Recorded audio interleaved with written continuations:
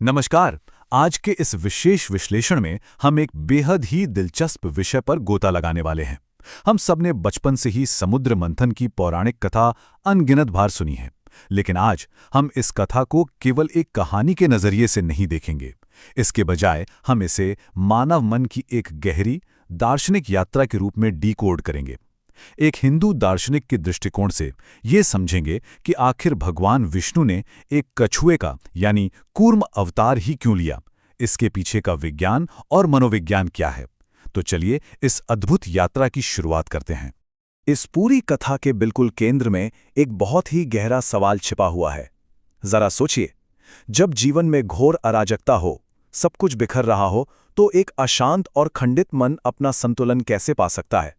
जब बाहर तूफान हो तो हम भीतर की स्थिरता कैसे बनाए रखें? दिलचस्प बात यह है कि प्राचीन हिंदू ग्रंथ और समुद्र मंथन की ये कथा हमें इसी आंतरिक स्थिरता को पाने का एक सटीक और कभी न पुराना पड़ने वाला ब्लूप्रिंट देते हैं। इस पूरी वैचारिक यात्रा को अच्छे से समझने के लिए हम इसे 6 मुख्य पड़ावों में बांटेंगे। ब्रह्मांडीय कृपा के अंत से लेकर सागर के मंथन, दिव्य कछुए के आधार, विष और समृद्धि के प्रकटीकरण, अमृत की प्राप्ति और अंत में आंतरिक धर्म के आधार तक। तो आइए पहले पड़ाव से शुरू करते हैं, ब्रह्मांडीय कृपा का अंत। ये समझना बहुत जरूरी है कि आखिर इस महान मंथन की नौबत ही क्यों आई। ये पूरी कहानी शुरू होती है एक छोटी सी लेकिन बहुत ही प्रभाव डालने वाली घटना से। महर्षि दुर्वासा ने एक बार स्वर्ग के राजा इंद्र को एक अत्यंत दिव्य और सुगंधित माला भेंट की, लेकिन इंद्र उस समय अपने ऐश्वर्य और सत्ता के अहंकार में इतने अंधे थे कि उन्होंने उस भेंट का कोई सम्मान नहीं किया और लापरवाही से उसे अपने ऐरावत हाथी के सिर पर डाल दिया। अब हाथी तो जानवर है, उसने माला की तेज गंध से चिढ़कर उसे जमीन पर फेंक दिया। इस भयंकर अपमान को देखकर ऋषि दुर्वासा का क्रोध 7वें आसमान पर पहुंच गया और इसी ने एक विनाशकारी श्राप को जन्म दिया।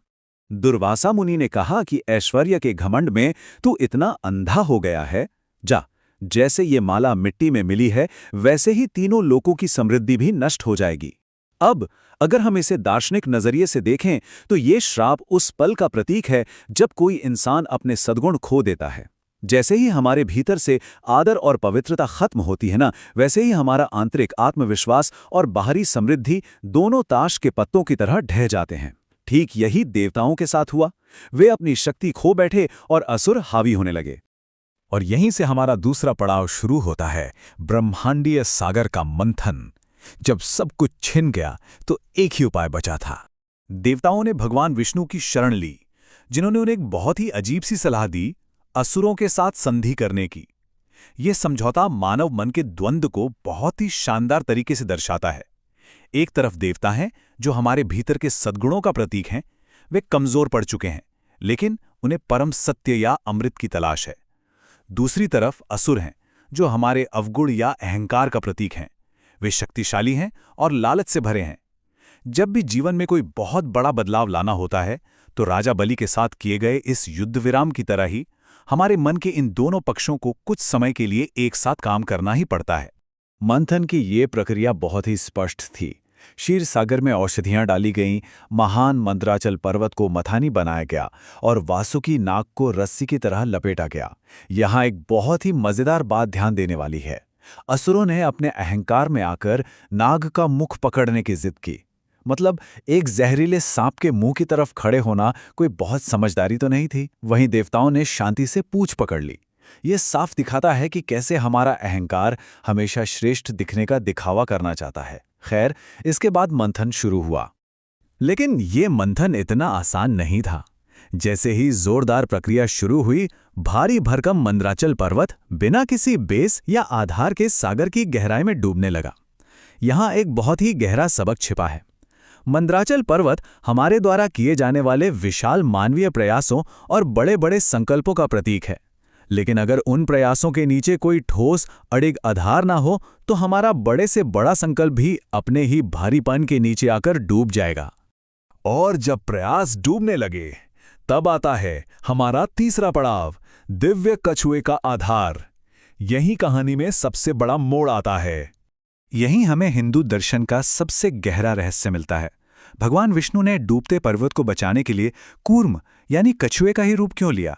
किसी और विशाल जीव का क्यों नहीं? इसे थोड़ा गहराई से समझते हैं। जब हमारे मन रूपी सागर में गुणों और अवगुणों का भयंकर मंथन होता है तो मन विचलित होता है। कछुआ एक ऐसा जीव है जो खतरा भांपते ही अपने अंगों को अपने खोल के भीतर समेट लेता है। योग दर्शन में इसे प्रत्याहार कहते हैं, अपनी इंद्रियों को बाहरी दुनिया से हटाकर भीतर की ओर ले जाना। कूर्म अवतार इसी अटल आंतरिक धर्म का सर्वोच्च प्रतीक है। बाहर चाहे जितनी भी उथल पुथल क्यों ना हो, एक अंतर्मुखी मन ही पूर्ण स्थिरता दे सकता है। और क्या आप जानते हैं इस महान कछुए की पीठ का विस्तार कितना था? पूरे 1,00,000 योजन। जरा इस विशालता की कल्पना करके देखिए। भगवान विष्णु ने इतने असीम आकार के कूर्म के रूप में अवतरित होकर उस पूरे पर्वत को अपनी पीठ पर थाम लिया। यह हमें बताता है कि जब मन अपनी इंद्रियों को अंतर्मुखी कर लेता है तो वो 1,00,000 योजन जितना विशाल और असीमित आधार तैयार करता है। फिर कोई भी बाहरी भंवर उसे हिला नहीं सकता। आधार मिल चुका था तो मंथन फिर शुरू हुआ और अब हम आते हैं चौथे पड़ाव पर, विष और दिव्य समृद्धि। इस मंथन से केवल अच्छी चीजें ही नहीं निकली। एक ओर कामधेनु, ऐरावत और अंततः धन और समृद्धि की देवी माता लक्ष्मी प्रकट हुईं, जो सच्ची आध्यात्मिक और भौतिक संपदा का प्रतीक हैं। लेकिन सबसे पहले जो चीज निकली वो कोई खजाना नहीं था, वो था हलाहल, एक अत्यंत घातक विष। मनोवैज्ञानिक रूप से ये बहुत सटीक है। जब हम आत्ममंथन की गहराइयों में जाते हैं तो सबसे पहले हमारी दबी हुई नकारात्मकता, हमारे पुराने आघात और विषैले विचार ही सतह पर आते हैं। और इस हलाहल का क्या हुआ? ब्रह्मांड को बचाने के लिए भगवान शिव आगे आए और उन्होंने स्वेच्छा से उस विष को पी लिया। विष को गले में ही रोक लेने के कारण उनका कंठ नीला पड़ गया और वे नीलकंठ कहलाए। यह एक बहुत बड़ा सबक है।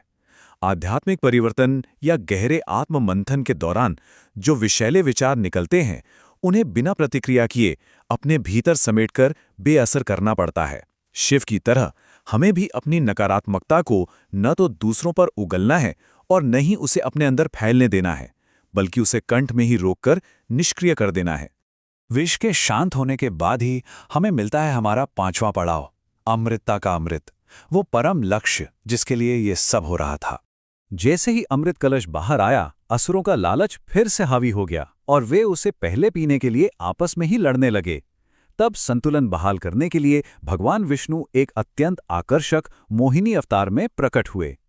असुर उनकी सुंदरता में इस कदर उलझ गए कि वे अपनी मूल लालसा ही भूल बैठे और मोहिनी ने सारा अमृत देवताओं को बांट दिया। यह हिस्सा हमें बिल्कुल स्पष्ट रूप से बताता है कि आध्यात्मिक अमरता और सच्चा ज्ञान कभी भी अनियंत्रित अहंकार और लालच के बल पर नहीं छीना जा सकता। इसके लिए ईश्वरीय कृपा और सही नियत का होना बहुत जरूरी है। और अब हम पहुंच गए हैं अपने अंतिम पड़ाव पर। इस पूरी दार्शनिक और मनोवैज्ञानिक यात्रा को अब हम वापस भौतिक वास्तविकता से जोड़ते हैं। क्या आप जानते हैं कि यह अवधारणा आज भी हमारे बीच एक भौतिक रूप में मौजूद है? आंध्र प्रदेश के श्रीकाकुलम में स्थित श्री कूर्मनाथ मंदिर इस पूरी कथा का जीता जागता वास्तुकला प्रमाण है। यह भारत का एकमात्र मंदिर है जो कूर्म अवतार को समर्पित है। सबसे अद्भुत बात यह है कि यहाँ की मूर्ति किसी मूर्तिकार ने नहीं बनाई, बल्कि यह स्वयंभू है, यानी स्वतः प्रकट हुई है। द्रविड़ और कलिंग स्थापत्य शैली का यह संगम हमें आज भी याद दिलाता है कि वो आंतरिक स्थिरता और ईश्वरीय आधार केवल किताबों में लिखी कोई कथा नहीं है, बल्कि यह हजारों वर्षों से हमारी संस्कृति का एक मूर्त और पूजनीय हिस्सा है। तो इस पूरी चर्चा के अंत में एक विचार जो हमें अपने साथ ले जाना चाहिए। जीवन में जब भी उथल पुथल मचती है, जब रोजमर्रा की चुनौतियों से मन का सागर मथने लगता है, तो हम किस चीज को अपना आधार बनाते हैं? हमारे बड़े बड़े प्रयासों के पर्वत को थामने वाला वो अडिग कूर्म आखिर क्या है? क्या वो हमारा ज्ञान है, हमारा धर्म है, या हमारी गहरी आस्था? इस पर जरूर विचार कीजिएगा, क्योंकि तूफान तो आएंगे, बस हमारा कोर मजबूत होना चाहिए। इस विचारोत्तेरक यात्रा में साथ बने रहने के लिए बहुत बहुत धन्यवाद।